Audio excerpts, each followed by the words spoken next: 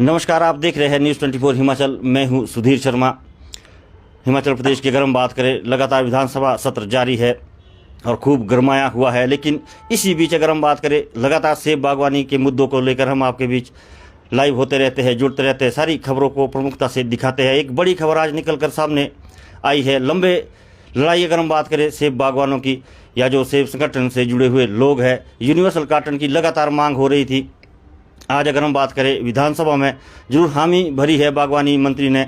ठियोकुमारसन के विधायक कांग्रेस के राष्ट्रीय प्रवक्ता कुलदीप सिंह राठौर ने जो सवाल किया था अपनी ही सरकार से कि जो लंबे समय की बागवानों की मांग है इसे पूरा किया जाए, और उस सवाल के जवाब में आज बागवानी मंत्री ने हामी भरी है। तो प्रदेश की अगर हम बात करें, 5,000 करोड़ से ऊपर की सेब आर्थिकी के लिए आज एक बहुत बड़ा अहम दिन जरूर माना जाएगा। इस वर्ष अगर 2023 वर्ष की बात करें, आपदा जरूर आई।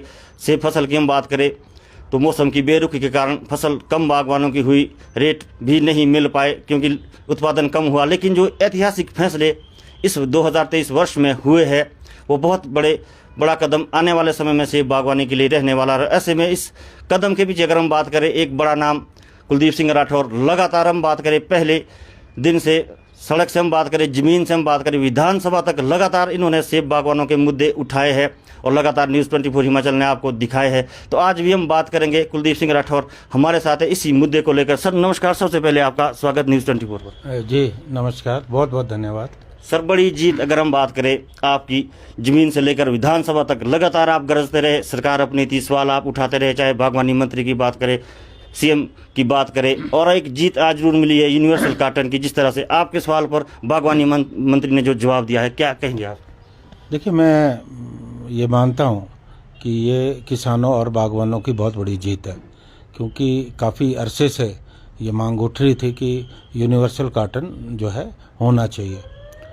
और मैं यहाँ ये भी कहना चाहूँगा कि पहले ये भी मांग थी कि किलो के हिसाब से सेब बिकना चाहिए, और आपको जैसा मालूम है, आपने दिखाया भी है अपने चैनल पे कि इस मांग को मैंने प्रमुखता से उठाया। और मैं धन्यवाद देना चाहता हूँ प्रदेश की कांग्रेस सरकार का, हमारे माननीय मुख्यमंत्री का, हमारे बागवानी मंत्री का, कि किलो के हिसाब से जो है सेब इस साल बिका। लेकिन एक समस्या आ रही थी कि जो सरकार ने ये अधिसूचना जारी की कि 24 किलो जो है किससे ज़्यादा नहीं होना चाहिए, क्योंकि टेलीस्कोपिक कार्टन था तो ये संभव नहीं हो पाया। क्योंकि मैंने बहुत बार ये बात भी कही कि ये मुश्किल है। हालांकि कई जगह पे लोगों ने 24 किलो की पैकिंग भी की, लेकिन ज़्यादातर ये इसलिए नहीं हो पाया क्योंकि बहुत सारे बागवान 25-30 किलो जो है मार्केट में जो है लाते रहे। और दूसरी बात ये थी कि ये अधिसूचना, ये नियम सिर्फ हिमाचल के लिए थे। जो हिमाचल से बाहर दूसरे प्रदेश है, वहाँ तो जो है किलो के हिसाब से सेब नहीं बिक रहा था, और बहुत भ्रम की स्थिति जो है बनी रही। और आपने देखा होगा कि बहुत सारे हमारे जो बागवान हैं उन्होंने हिमाचल की बाहर जो मंडियां हैं वहाँ जाकर जो है सेब जो है अपना बेचा, और उसे निश्चित तौर पे हमारी जो मंडियां हैं उनको भी नुकसान हुआ, और सरकारी राजस्व को भी उसका जो है नुकसान जो है हुआ। तो अभी हमारी जो मांग थी, मैंने जो है पिछले कल ये प्रश्न जो है पूछा था माननीय बागवानी मंत्री से कि सरकार जो है जो हमारा यूनिवर्सल कार्टन है उस पर क्या फैसला कर रही है। और क्योंकि पिछले कल मेरा प्रश्न नहीं लग पाया क्योंकि प्रश्नकाल ख़त्म हो गया था, तो मैंने नियम 61 के तहत आज जो है फिर से उस सवाल को पूछा। और मुझे खुशी है कि सरकार ने जो है फैसला लिया है, और अगले वर्ष से जो है यूनिवर्सल कार्टन जो है, यूनिवर्सल ग्रेडिंग कार्टन है, वो जो है चलन में आएगा। ये मैं समझता हूँ बहुत बड़ा फैसला है। इससे एक तो हमारे सेब की जो गुणवत्ता है, गुणवत्ता वाला सेब जो है मार्केट में जाएगा, और अभी जो भ्रम की स्थिति बनी थी वो भी ख़त्म होगी। क्योंकि जब यूनिवर्सल कार्टन प्रचलन में आएगा और टेलीस्कोपिक कार्टन जो है मार्केट से बिल्कुल अदृश्य हो जाएगा, तो निश्चित तौर पे जो है फ़ायदा होगा। और किसानों और बागवानों की जो ये मांग है ये भी पूरी हुई है। मैं थोड़ा पृष्ठभूमि में भी जाना चाहूँगा। 2012 में जब श्रीमती विद्या स्टोक्स जी बागवानी मंत्री थी, तो उन्होंने जो है दिल्ली की हमारी एक जो भारत पैकेजिंग है, उनको जो है डिज़ाइन बनाने के लिए कहा था। सरकार ने 11 लाख रुपए भी इस पे खर्च किया। तो उन्होंने 20 किलो का जो है यूनिवर्सल कार्टन का डिज़ाइन बनाया था, लेकिन बहुत से शायद कारण रहे, ये संभव नहीं हो पाया। आज वो सपना जो है श्रीमती विद्या स्टोक्स जी का भी पूरा हुआ है, और मैं समझता हूँ कि इससे जो अनिश्चितता अभी बागवानों में थी, हमारे जो खरीदार है उनमें थी, वो भी उस पर भी जो है लगाम लगी है। मंडी में सर इस बार देखा गया जिस तरह से आढ़तियों ने पहले विरोध किया, उसके बाद लदानियों ने भी विरोध किया, और बीच सीजन में हम बात करें पराला या ढली मंडी से 3-4 आढ़तियों के पलायन भी हुए। HMT मंडी जो पिंजौर में खुली है, उनका यही कहना था कि जो यहाँ पर किलो के भाव से बिक रहा है और कम वेट यहाँ पर आ रहा है और वहाँ पर पूरा वेट जा रहा है, क्योंकि इसका जो एकमात्र सोल्यूशन था वो यूनिवर्सल कार्टन ही था। और ऐसे में आढ़तियों को भी दिक्कत, जिस तरह से बेचने की किलो के हिसाब से बात की गई, या आढ़ती कह रहे थे कि हम पेटी के हिसाब से बोली लगाएंगे। अगर आपका यूनिवर्सल कार्टन रहता है तो वेट तो बराबर आएगा, फिर वो बोली पेटी के हिसाब से लगाए या किलो के हिसाब से लगाए। आफ्टर ऑल तो किलो में ही सेब को बिकना है। सर अगर हम बात करें आज विधानसभा में, ये तो बड़ी जीत आपकी जरूर है। एक और आपने मुद्दा उठाया था इंपोर्ट ड्यूटी वाला, जिस तरह से वाशिंगटन एप्पल पर जो सरकार द्वारा कुछ इंपोर्ट ड्यूटी कम की गई है, उस पर भी आपने बात कही थी, तो ये क्या मांग आपकी थी? देखिए, अभी भारत सरकार ने जो आयात शुल्क है वो जो है 70 से 50% कर दिया, 20% घटाया है। तो निश्चित तौर पे इससे हमारे किसान और बागवानों को नुकसान होगा। तो मैंने सदन में ये मामला उठाया, और मैंने जो प्रतिपक्ष के नेता हैं ठाकुर जयराम जी, उनसे भी मैंने कहा कि ये हिमाचल की बागवानी से जुड़ा मुद्दा है, और 5,000 करोड़ की हमारी आर्थिकी है, और इसका नुकसान जो है पूरे प्रदेश को होगा। तो मैंने उनसे भी कहा कि वो भी इस मामले को जो है केंद्र सरकार के सम्मुख उठाए, और जो है ये जो ड्यूटी जो है इसे 70% करें। तीसरा मामला मैंने उठाया कि एक बहुत गंभीर विषय है कि जो ईरान है वो अफ़गानिस्तान के रास्ते, पाकिस्तान के रास्ते बाघा बॉर्डर से जो है सेब भारत में आयात कर रहा है, क्योंकि अफ़गानिस्तान से हमारा समझौता है, तो इसलिए उस पर हमारी आयात शुल्क नहीं लग रहा है, जबकि ईरान के साथ नहीं है। तो इससे हमारे जो बागवान हैं उनको बहुत ज़्यादा नुकसान हो रहा है।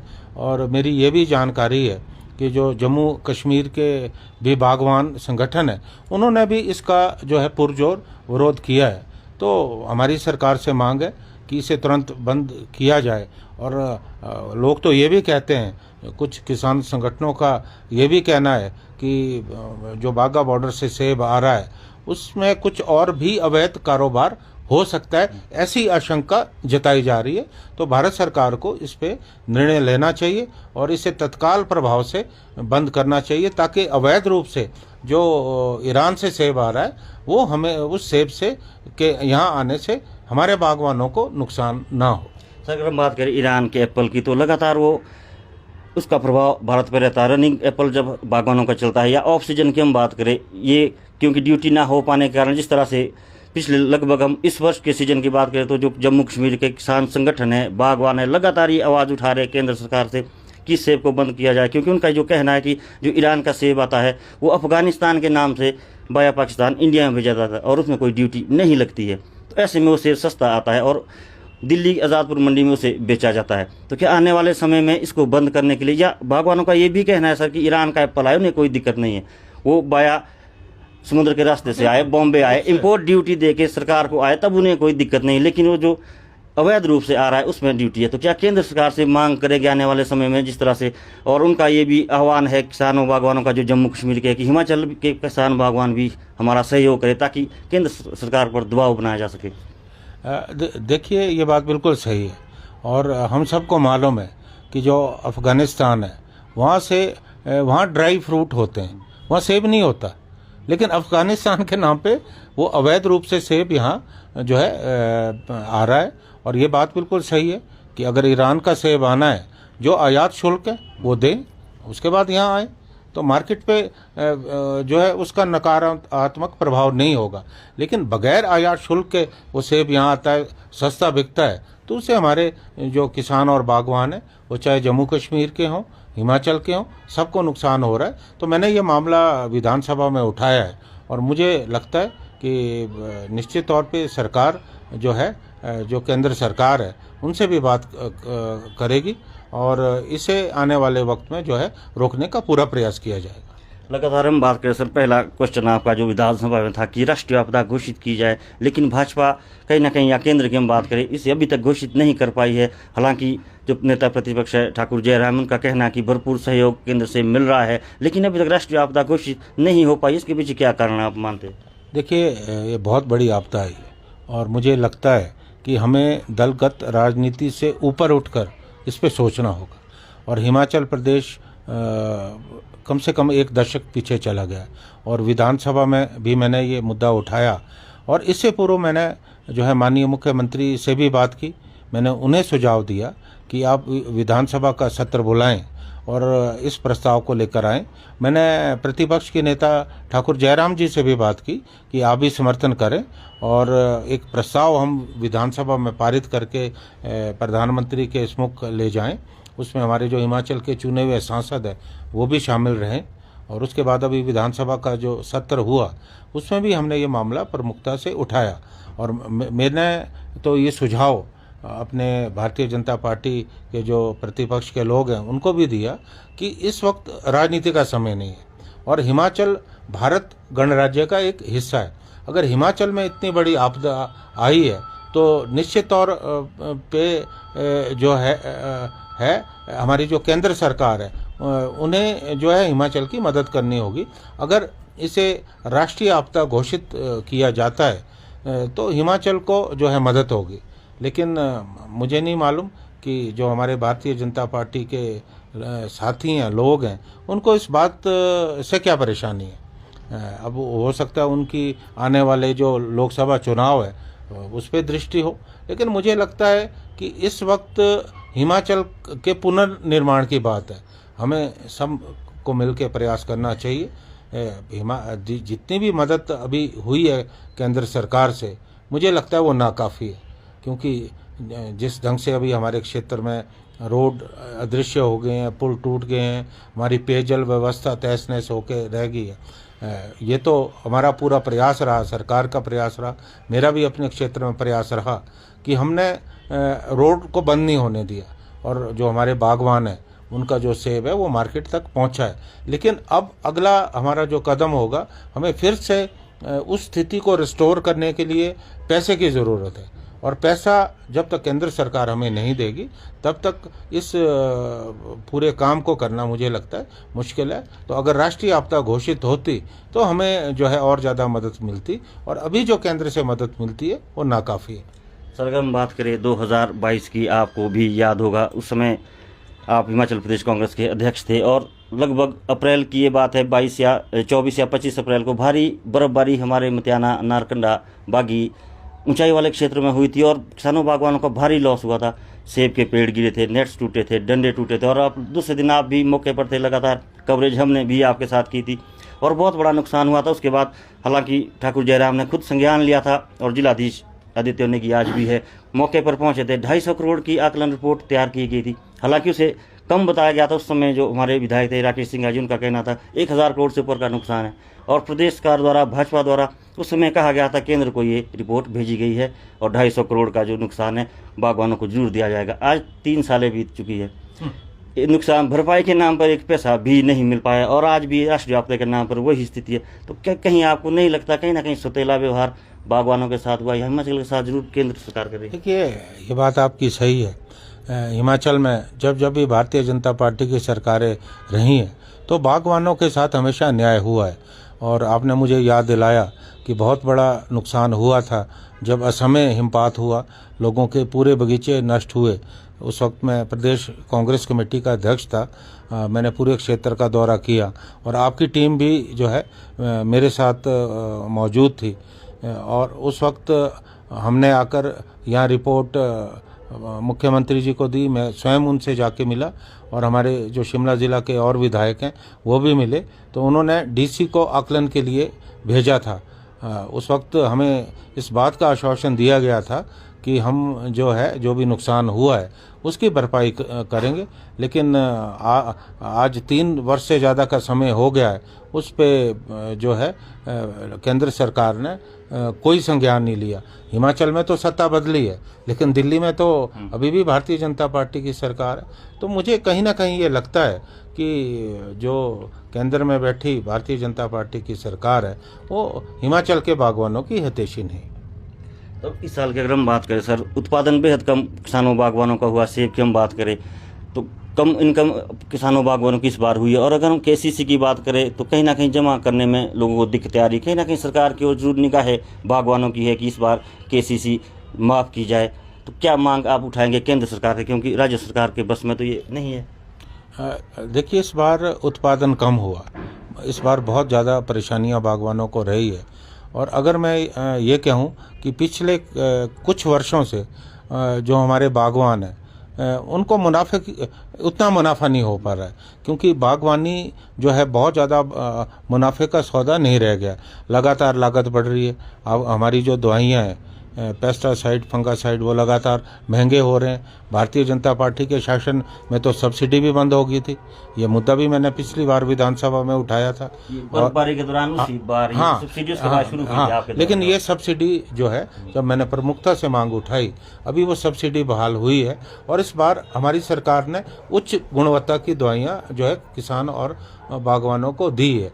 मजदूरी बढ़ी है, तो और उस हिसाब से जो मार्केट में दाम बढ़ने चाहिए थे वो नहीं बढ़ पाए।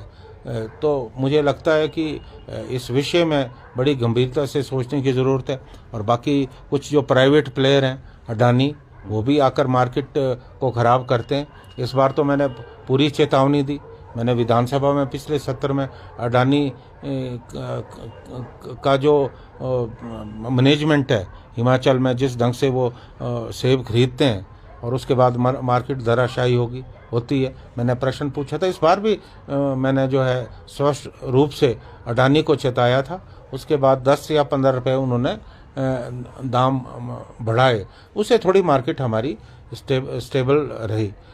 तो मुझे जो आपने जो ये मुद्दा उठाया है, मैं बिल्कुल इससे सहमत हूँ, क्योंकि अभी भी असम में पतझड़ हुआ है, क्योंकि लगातार बारिश होती रही और सेब का जो साइज़ था वो नहीं बन पाया, बहुत छोटा रह गया। इससे भी बागवानों को नुकसान हुआ। तो इस मांग को भी हम जो है निश्चित तौर पे सरकार के सम्मुख रखेंगे। जी धन्यवाद जी। कुलदीप सिंह राठौर हमारे साथ थे। सर, एक सवाल और आपसे लेंगे। आप प्रभारी भी है मध्य प्रदेश के, और इन दिनों की बात करें विधानसभा सत्र समाप्ति की ओर है, लेकिन इन दिनों मेलों के सीजन चले हैं या स्कूलों के कार्यक्रम में खेल प्रतियोगिताएं चली है, तो लगातार आपका बिजी शेड्यूल रहता है। तो ऐसे में समय दे पाना ठियोग बड़ा एरिया है कि किस तरह से आप मैनेज कर रहे हैं? नहीं, देखिए, आपने बिल्कुल सही कहा है, क्योंकि अभी एक तो मध्य प्रदेश की भी जिम्मेवारी है।